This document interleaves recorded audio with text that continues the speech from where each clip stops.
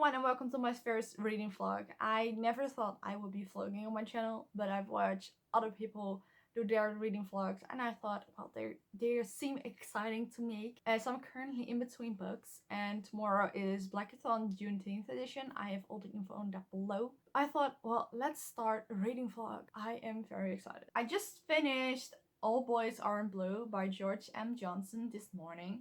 I came across this book on Instagram stories. I think someone else was listening to the audiobook and I thought, well, let's pick it up because I saw it on Scribd. It's a YA memoir manifesto, meaning that he is digging up his own memories and tying an important message to them. So people who have gone through similar experiences can find some recognition in them, and people who have not had any similar experiences can learn something from it, like firsthand, but also with advice, some comments in hindsight, because this author is over 30 years old now and he talks a lot about his youth and high school time, which is like 1 or 2 decades ago. And now he has learned and processed all the thoughts and memories and came to a conclusion about most of those. It was very beautiful how he told about everything, because he was talking about how different identities have a cross-section and how that cross-section can define where you are in the world. I related to that so much. He was talking about his identity as a black man and a queer man and the intersection of both. It was definitely emotional and very heavy in a way, but it wasn't like I was bawling my eyes out all the time, but I felt for him. I think that I'm going to be reading more of these kinds of books because sometimes I just want to feel something when I'm reading something, and really it just made me feel a lot. Also a bit like I'm not alone in my lonely feelings. I'm not alone in my lack of self-confidence and not knowing where I fit in the world.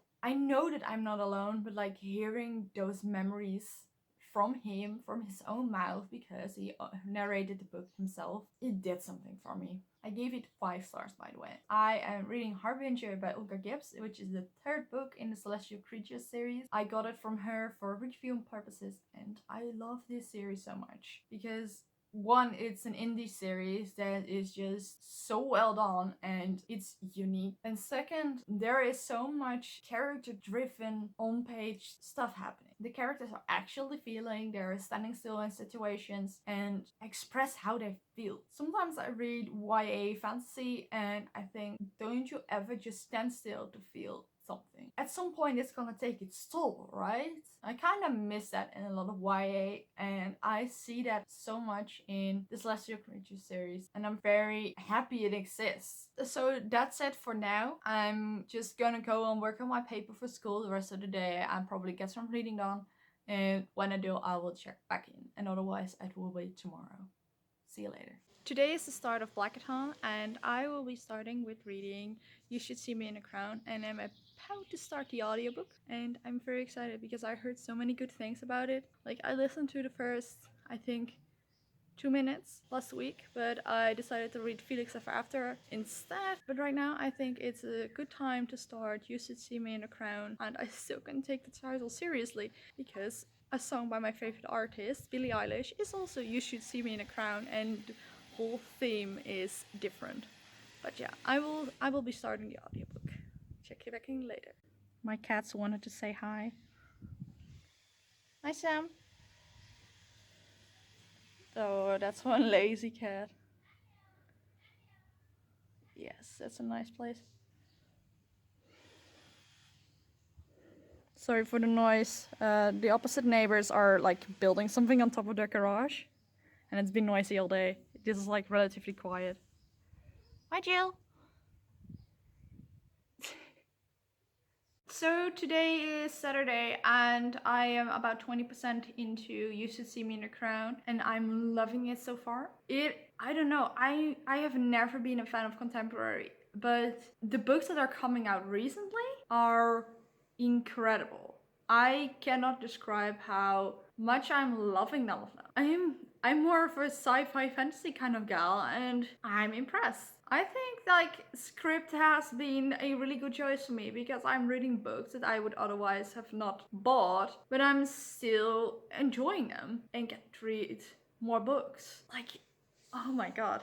I have so much feelings right now, and just the fact that I can read all of those books that everyone is talking about when everyone is talking about them. I'm always feeling like I'm behind, and now I finally think I'm like catching up or up front. I love it. I also just watched the live show from Kate from Reading to Infinity, and it's one of her Pride live shows, and she had JM and your Tita Kate as guests, and I didn't know them. Like, I knew Kate because of Shealea, but I just found two more booktubes to follow, two more people to follow on Twitter, and honestly, I love these live shows because I'm getting to know people that I otherwise would have never followed for whatever reason. And it was Pride, so there was a lot of gay books and gay TV shows, and my queer ass loves that.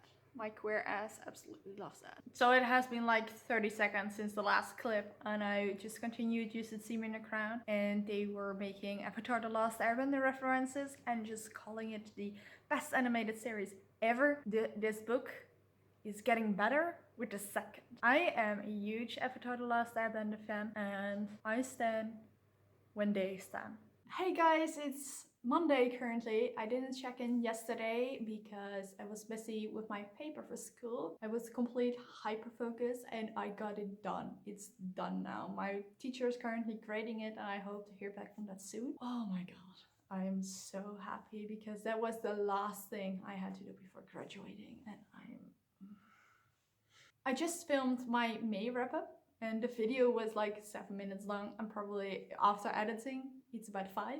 I'm very proud of that because now I can just scream out videos in that format, and that's gonna help my video output. And honestly, there will probably be less time spent on a video for a wrap up than actually writing a blog post for a wrap up, so that's saving me time. It's saving me time. Another reason why I didn't really check in again on the weekend is some stuff went down in the Netherlands. There was some stuff trending and I was pissed about that and I wanted to address it, and I thought, well, let's take a day or two to cool down so I can just talk about it reasonably, because whether I film that segment on Saturday or Monday, it's gonna be in the same video anyway. So what happened? Backstory: in the Netherlands we have a holiday called Sinterklaas, and attached to that holiday is Black Pete. The entire holiday is like people giving gifts to each other. It's a bit like Santa Claus. The entire holiday is like Sinterklaas comes to the Netherlands with his Zwarte Pieten, and he gives all the kids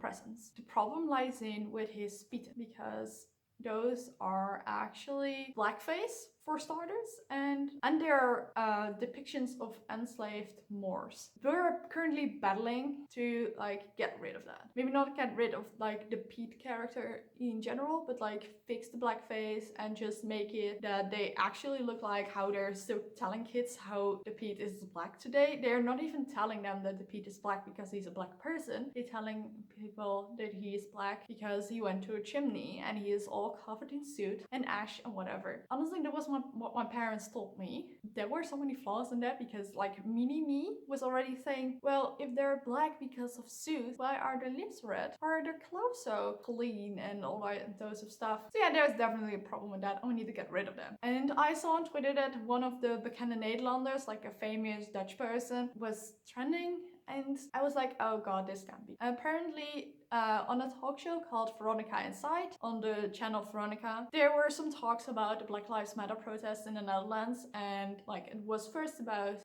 the Black Lives Matter protest in Amsterdam, the first one a couple of weeks back, and a black rapper and poet, Akwasi, did a speech about racism and stuff, and people were pretty mad about it. For some reason, I'm like, he's anti-racism. How can you be anti that? Eventually they called him a racist, which is also like, how? They were talking about another protest, so the talk show host, I think he's a pretty good guy. He was like, oh, there was a protest in Leeuwarden and some guy got dressed up as Black Pete there. There's a lot wrong with that, like I said.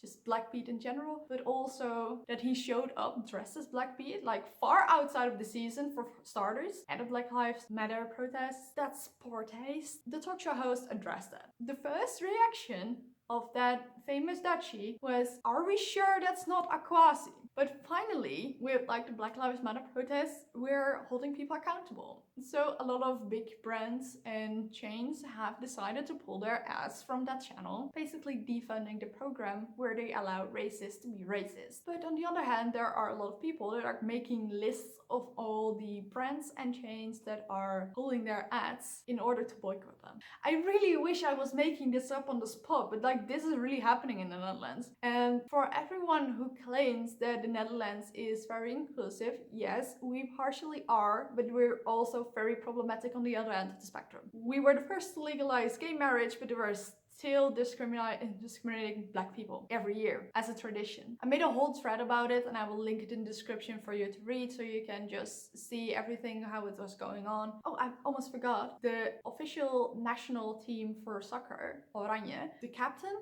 he made a statement on Twitter that they were not going to go on that program anymore. They usually are the highlight during a World Championship or European Championships for interviews and anything, but they said we're not gonna go there anymore, basically also defunding the program because they are a, well, how do you call it? A kijkcijferkanon. It attracts a lot of views, does also big ads and more money. And they are basically pulling that from the channel and giving it to another channel that doesn't support racism. And I'm very proud of that. And also the captain got a lot of backlash for that. And I'm like, how? Sometimes I spend so much time on Twitter where everyone is relatively nice and not this ignorant, and then I see what's trending in my own country and I'm like, oh my god.